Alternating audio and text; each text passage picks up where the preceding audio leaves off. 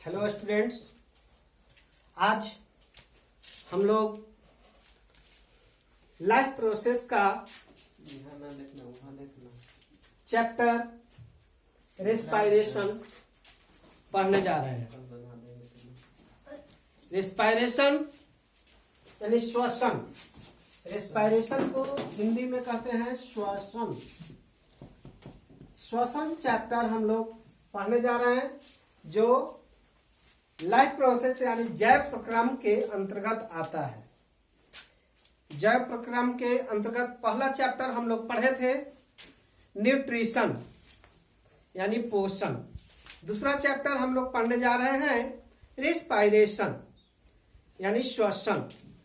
तो आज सबसे पहला सवाल उठता है कि ये श्वसन क्या है। श्वसन क्या है? आज तक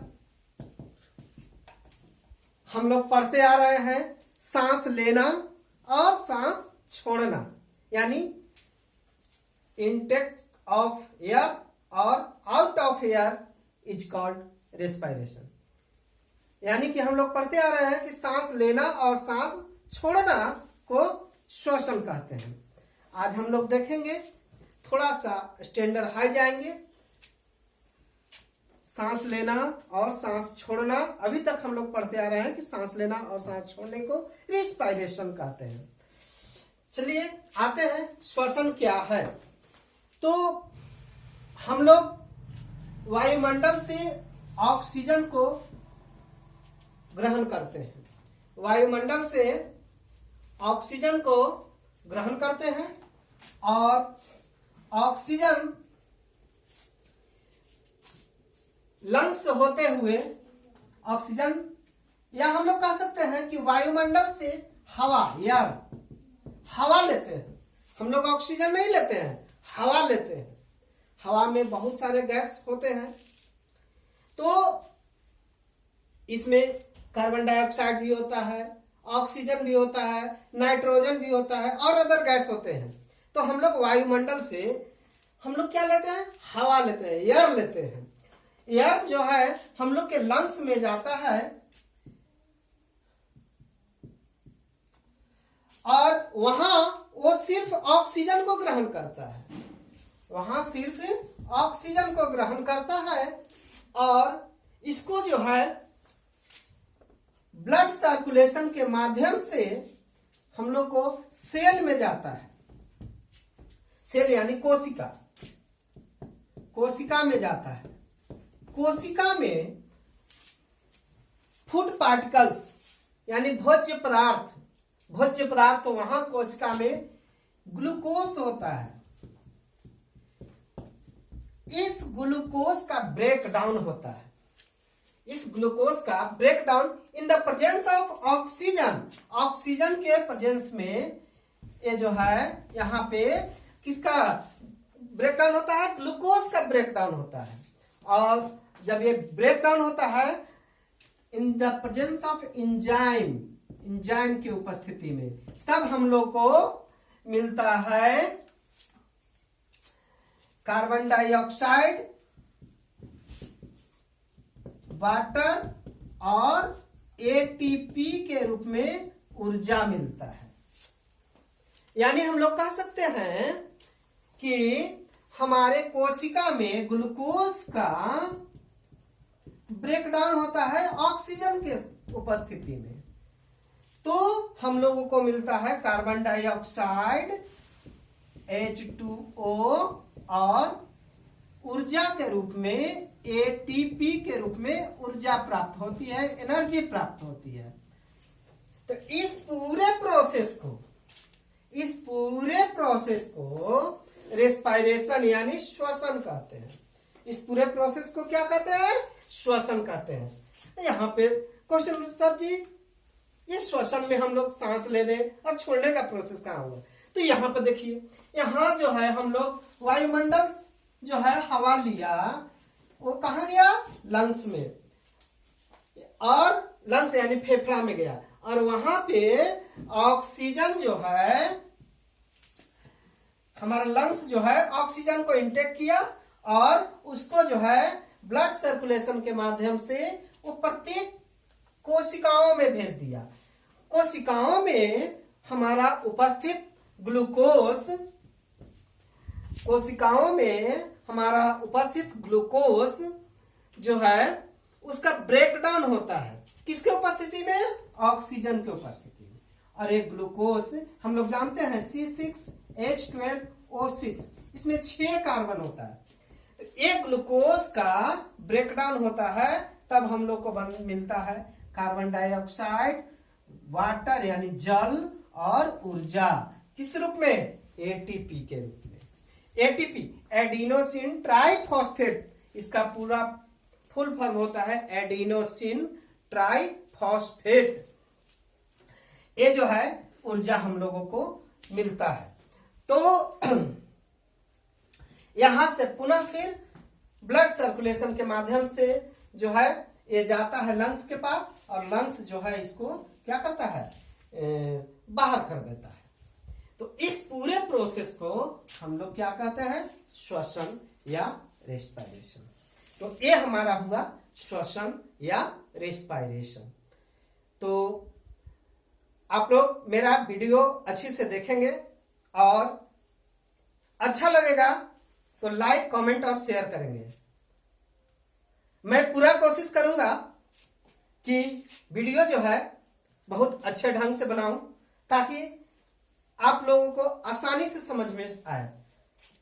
मेरा पूर्णतः कोशिश रहेगा कि वीडियो एकदम पूर्ण रूप से सरल हो।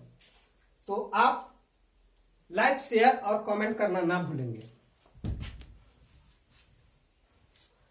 और मेरा वीडियो आप लोग YouTube इंप्रेशन ट्यूटोरियल ददपी के लिंक पे देख सकते हैं।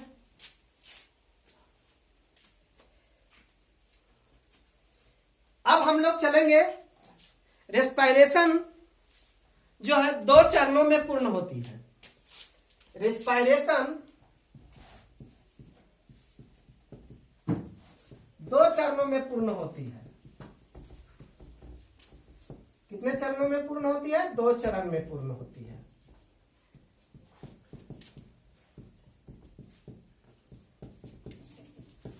पहला चरण है सांस लेना और छोड़ना।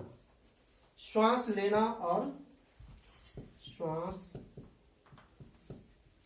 लेना और छोड़ना।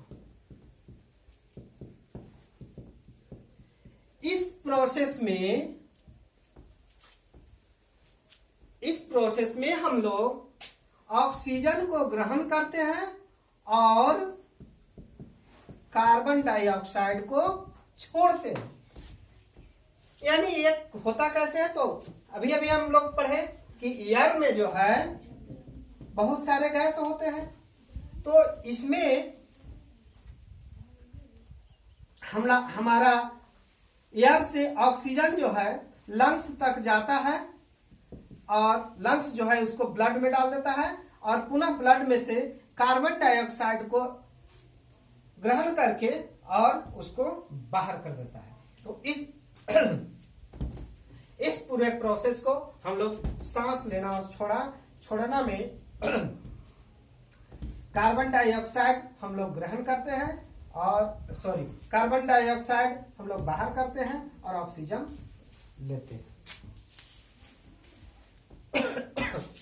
दूसरा प्रोसेस है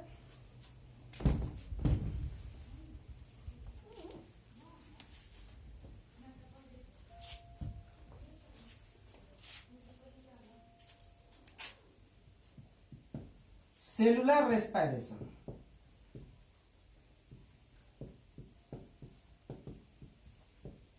यानी कोशिकीय श्वसन। कोशिकीय श्वसन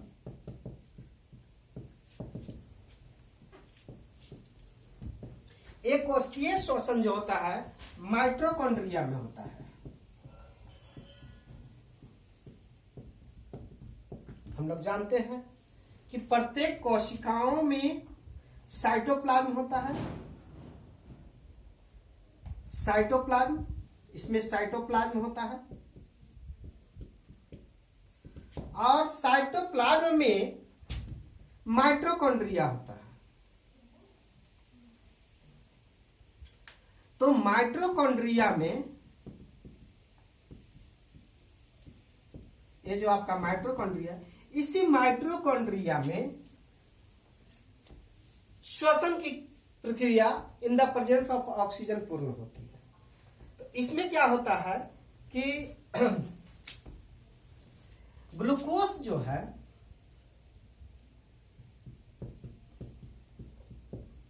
इसका विखंडन होता है। हम लोग ग्लूकोज लिख सकते हैं C6H12O6।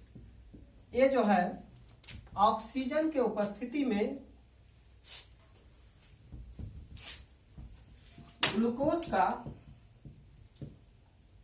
ऑक्सीजन के उपस्थिति में माइटोकॉन्ड्रिया में एक प्रोसेस जो होता है, कहां होता है? माइटोकॉन्ड्रिया में, कोशिकाओं के अंदर। ये जो होता है ब्रेकडाउन होता है इसका, CO2, H2O और ATP के रूप में ऊर्जा बनता है। यहां पे एक पूरा प्रक्रिया जो है सेल के अंदर होता है। किसके अंदर होता है? सेल के अंदर, कोशिका के अंदर। तो इसीलिए इस प्रोसेस को हम लोग सेलुलर रेस्पिरेशन कहते हैं। इस प्रोसेस को क्या कहते हैं? सेलुलर रेस्पिरेशन, यानी कोशिकीय श्वसन। तो हम लोगों ने देखा कि रेस्पिरेशन की प्रक्रिया जो है 2 चरणों में पूर्ण हो रही है। पहला चरण है आपका सांस लेने और छोड़ने का, दूसरा चरण है आपका कोशिकीय श्वसन, यानी श्वसन की प्रक्रिया जो है कोशिका में होता है। तो अब हम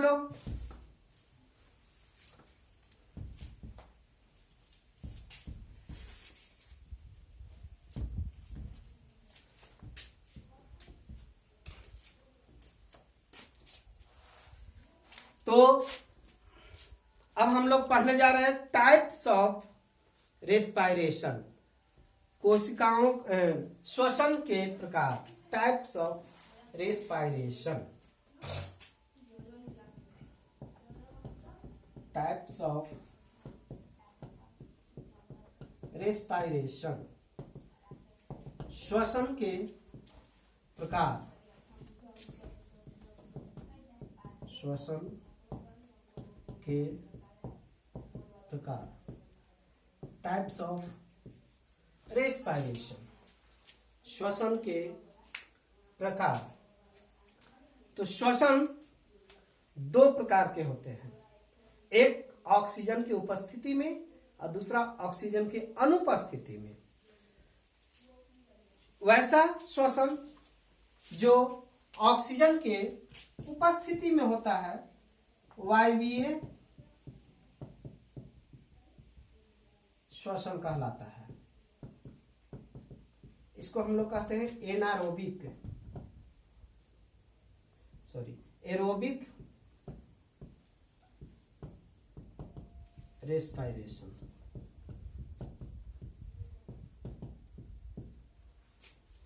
और दूसरा है अवायवीय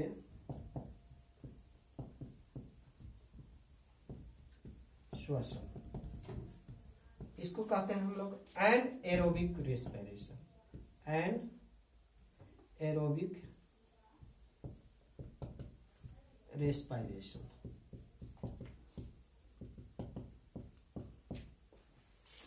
वायवीय श्वसन और एक होता है अवायवीय श्वसन।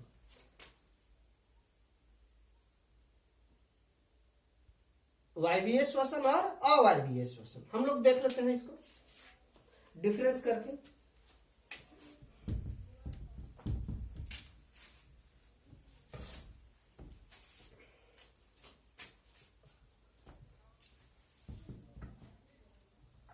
अवायवीय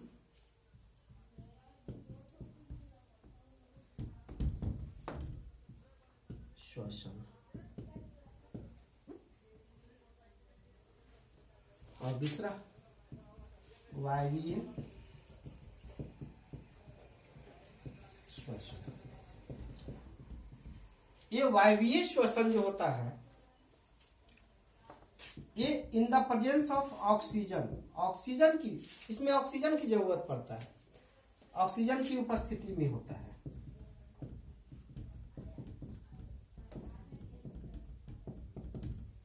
और ये जो होता है ऑक्सीजन की अनुपस्थिति में होता है। वायवीय श्वसन ऑक्सीजन की उपस्थिति में और अवायवीय श्वसन ऑक्सीजन की अनुपस्थिति में होता है। ये वायवीय श्वसन जो होता है सेल के माइटोकॉन्ड्रिया में होता है, सेल के माइटोकॉन्ड्रिया में होता है।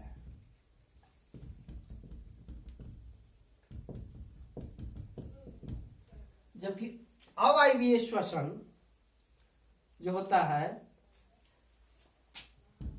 यूनिसेलुलर ऑर्गेनिज्म में होता है।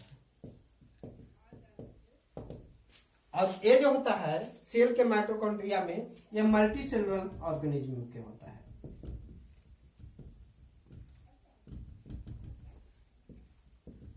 मल्टी सेलुलर ऑर्गेनिज्म जैसे बहुत सारे कोशिका जिसमें होते हैं, जैसे हम लोग आ सकते हैं मानव या एनिमल, जितने भी एनिमल्स हैं सब आ सकते हैं। इसमें आते हैं बैक्टीरिया, वायरस, फंगी, ये सब आते हैं। तो अब इसमें वायवीय श्वसन होता कैसे है? तो इसमें क्या होता है कि ग्लूकोज जो है सबसे पहले साइटोप्लाज्म में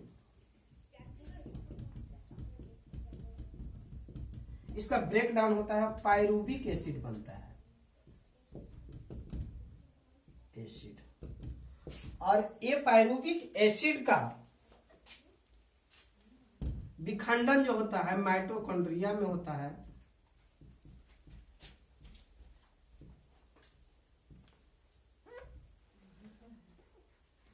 तो इस माइटोकॉन्ड्रिया में CO2 बनता है, H2O बनता है और H2O बनता है और ATP के रूप में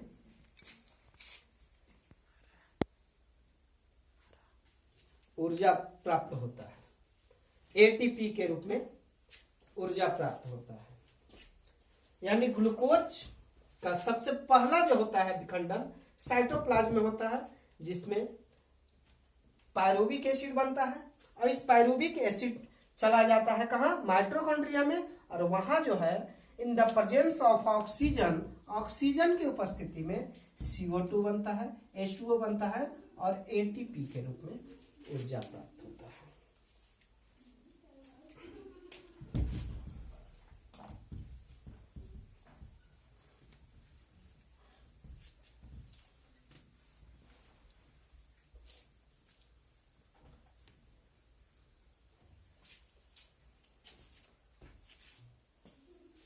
और दूसरा है अवायवीय श्वसन।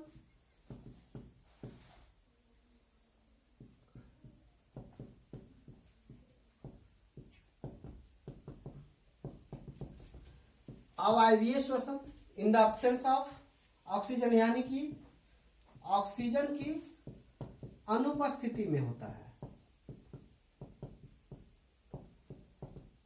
ऑक्सीजन की अनुपस्थिति में इसमें क्या होता है कि ग्लूकोज जो है आपका C6H12O6, इसका, इस ग्लूकोज का ब्रेकडाउन जो होता है साइटोप्लाज्म में होता है।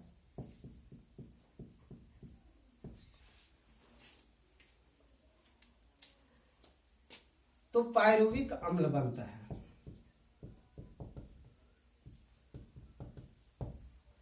और ये जो है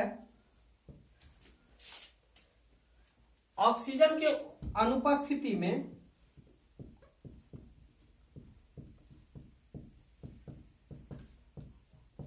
in the absence of oxygen अगर मसल्स में बनता है यानी मांसपेशियों में,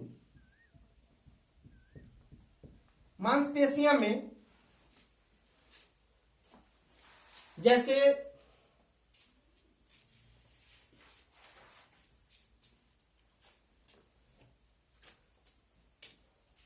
तो मांसपेशियों में ये लैक्टिक एसिड बनता है।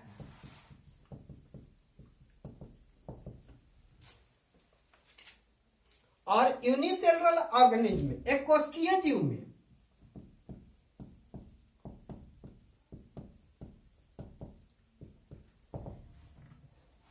ऑक्सीजन की अनुपस्थिति में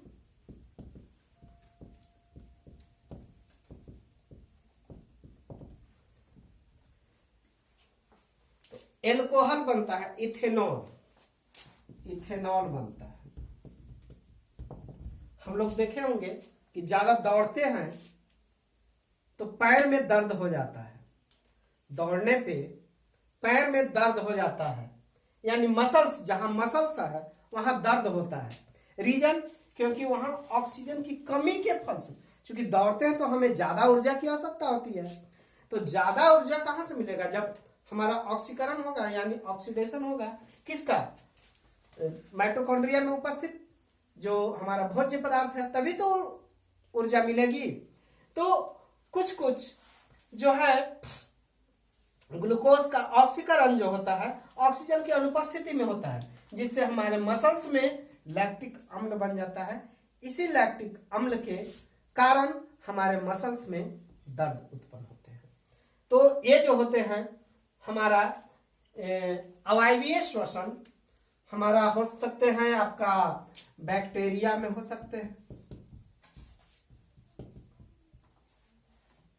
फिर आपका वायरस में हो सकते हैं, फंगी में हो सकते हैं, या एनिमल यानी हम लोग मैमल, हम लोग में भी जैसे जब दौड़ते हैं तो वहां पे ऑक्सीजन की उपस्थिति में, यानी एनिमल में भी हो सकते हैं, क्योंकि दौड़ने में ज्यादा ऊर्जा की आवश्यकता होती है और उस दरमियान जो होते हैं ऑक्सीकरण के लिए ज्यादा ऊर्जा की आवश्यकता होती है। तो उसके लिए हमारा ये ग्लूकोज है, इसका जो है ब्रेकडाउन जो होता है ऑक्सीजन की अनुपस्थिति में होती है, तो लैक्टिक एसिड बनता है। और यही लैक्टिक एसिड के कारण हमारे पैर में, मसल्स में दर्द होते हैं। तो बच्चों, आज का हमारा ये इतना ही। नेक्स्ट अगले वीडियो में हम देंगे। तो हमारा वीडियो अगर अच्छा लगेगा तो आप लाइक, शेयर और कमेंट करेंगे। मैं S K Patel, impression tutorial, 10P गो औरंगाबाद,